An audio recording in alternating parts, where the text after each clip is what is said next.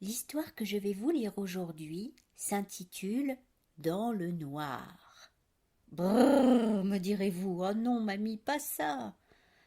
Rassurez-vous, il n'y a pas de monstre, juste un peu de mystère. Vous vous êtes déjà rendu compte qu'il est difficile de se repérer dehors, la nuit, lorsqu'il n'y a pas d'éclairage, et à l'intérieur, lorsqu'on se déplace dans une pièce sombre, très sombre, on cherche ses repères en tâtonnant, main en avant, à la recherche de la sortie ou des obstacles qui peuvent nous faire trébucher. Eh bien, c'est ce qui arrive aux 5 amis de cette histoire.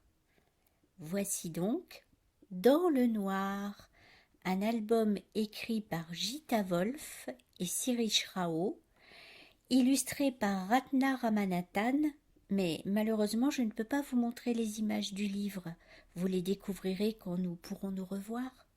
Par contre, j'essaierai de vous montrer ce que les 5 amis s'imaginent.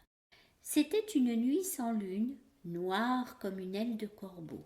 Seules quelques lucioles luisaient dans la nuit. 5 amis rentraient ensemble dans le noir après une grande fête au village d'à côté. Ils avançaient lentement, zigzagant sur le sentier.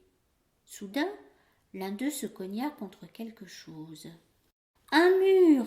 dit l'homme à ses compagnons. « C'est le mur le plus solide que j'ai jamais vu. Je suis maçon, je m'y connais. » Il longea le mur, le frôlant de la main. « Ah, un passage !»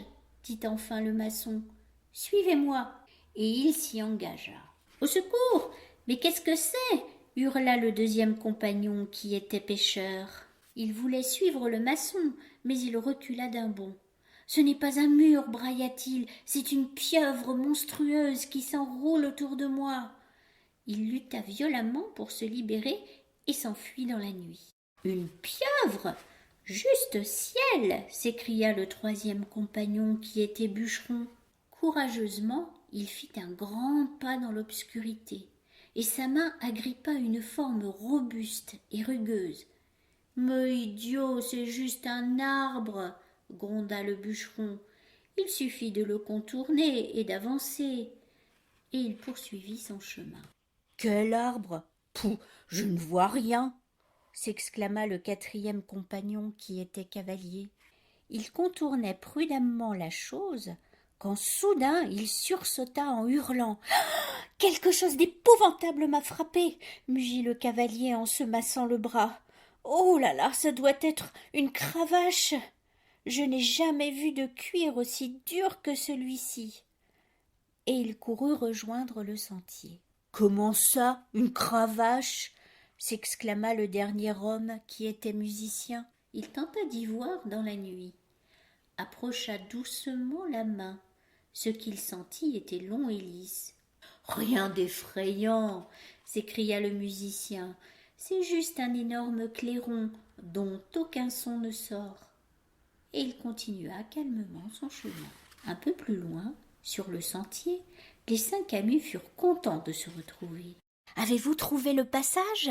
demanda le maçon. « Quel passage ? J'ai dû terrasser une pieuvre !»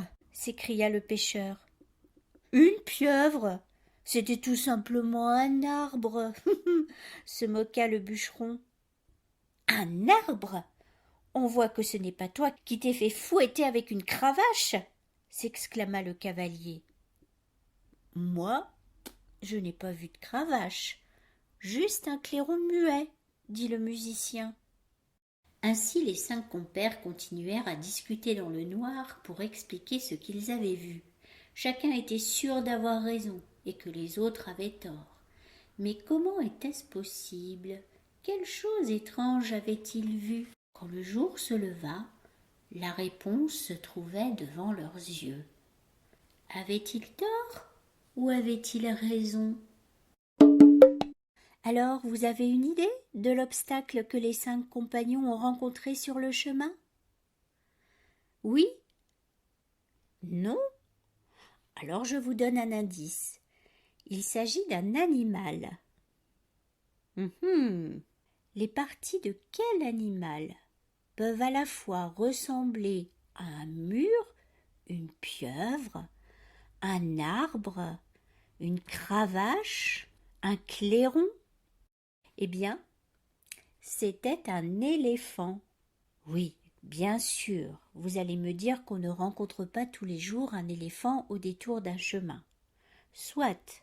Cependant, ça peut être possible dans d'autres régions du monde, là où vivent des éléphants. Avez-vous remarqué que chacun des 5 amis interprète l'obstacle qu'il rencontre d'après ce qu'il connaît le mieux? Du point de vue du maçon qui construit des maisons ou des murs, le corps massif de l'éléphant était précisément un mur, le plus solide qu'il ait jamais vu.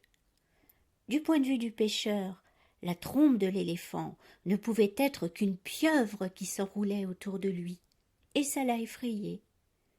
Le bûcheron qui coupe les arbres et entretient les forêts s'est imaginé que la patte de l'éléphant était un arbre, et cela l'a rassuré. Du point de vue du cavalier, la queue de l'éléphant ne pouvait être qu'une redoutable cravache. Et pour le musicien, la défense de l'éléphant ne pouvait être qu'un clairon muet, puisqu'elle ne produisait pas de son. Cette histoire nous rappelle ou nous apprend que chacun d'entre nous, confronté à un mystère ou un obstacle, ou même un problème, essaie de le comprendre d'après ce qu'il connaît, d'après ses souvenirs, bons ou mauvais, ou les expériences qu'il a vécues. Et selon qu'on est inquiet, joyeux ou triste, on interprète les choses différemment du voisin. Les 5 amis avaient à la fois tort et raison. Ce qu'ils ont perçu dans le noir ressemblait à ce qu'ils connaissaient, mais ce n'était pas la réalité. Plus on a de connaissances, plus on est curieux d'apprendre, mieux on pourra analyser et comprendre ce qu'on ne connaît pas. Et comme vous êtes des enfants curieux de tout et avides d'apprendre, je sais que vous trouverez très souvent les solutions aux problèmes que vous rencontrerez. Mais n'oubliez pas, il est souvent bien utile de réfléchir à plusieurs et d'unir ses forces pour trouver des réponses aux questions qu'on se pose. Pour vous mettre dans la situation des 5 amis et pour vous permettre d'exercer vos sens et votre sens de l'observation et de la déduction, voici un petit jeu pour s'amuser seul ou à plusieurs. Mais vous le connaissez peut-être déjà. Il s'agit des sacs ou des boîtes à mystères. Un maître du jeu, un adulte ou un enfant, cache dans un sac en tissu assez épais et assez sombre pour qu'on ne voit pas à travers, un objet, un jouet, un objet de la vie quotidienne, que les autres joueurs doivent reconnaître sans regarder à l'intérieur, bien sûr, rien qu'en le touchant. On peut aussi y mettre des objets sonores ou des objets reconnaissables à leur odeur, mais en tout cas, on fait bien attention de ne pas y placer d'objets capables de blesser ceux qui essaieront de les deviner.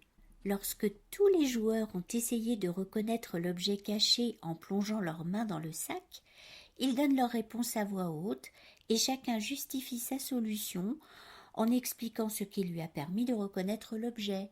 Sa forme, sa texture, son odeur, des caractéristiques particulières, etc.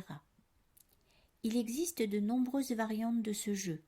On peut utiliser une boîte en carton bien fermée dans laquelle on découpe 2 trous pour passer les mains ou des petits trous si l'on choisit de reconnaître des odeurs, celles de fruits, de fleurs, de légumes par exemple.